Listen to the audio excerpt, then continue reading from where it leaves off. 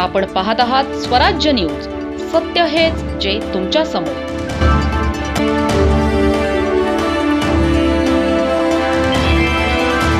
जळगाव जिल्ह्यातील पारोळा तालुक्यात पुन्हा एकदा निसर्गाच्या उकृपेने मोठे नुकसान केले आहे.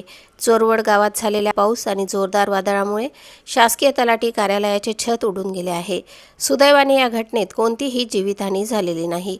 मात्र कार्यालयाचे मोठ्या प्रमाणावर नुकसान झाले आहे. वादळाची तीव्रता इतकी होती की छतावरील पत्रे आणि काही भाग हवेत उडून गेला.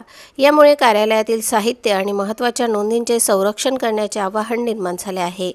विशेष म्हणजे अवघ्या 6 महिन्यांपूर्वीच या इमारतीची दुरुस्ती करण्यात आली होती. तरीही वादळासमोर ही दुरुस्ती निष्प्रभ ठरल्याचे दिसून आले.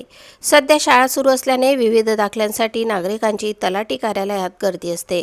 तसेच शेतकरीही पीक नुकसानीच्या कागदपत्रांसाठीच याच कार्यालयावर अवलंबून आहेत. मात्र कार्यालयाच्या नुकसानीमुळे नागरिकांच्या कामकाजात अडथळे निर्माण होण्याची शक्यता आहे.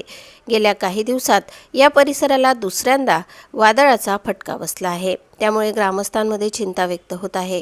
दरम्यान प्रशासनाने तातडीने दुरुस्ती करून पर्यायी व्यवस्था उपलब्ध करून द्यावी अशी मागणी नागरिकांनी केली आहे. चोरवडमधील या घटनेमुळे शासकीय इमारतींच्या दुरुस्तीच्या गुणवत्तेवरही प्रश्नचिन्ह उपस्थित होत आहे. प्रतिनिधी विश्वास पाटील आणि वृत्तनिवेदिका सीमा पाटीलसह स्वराज्य न्यूज, पारोळा.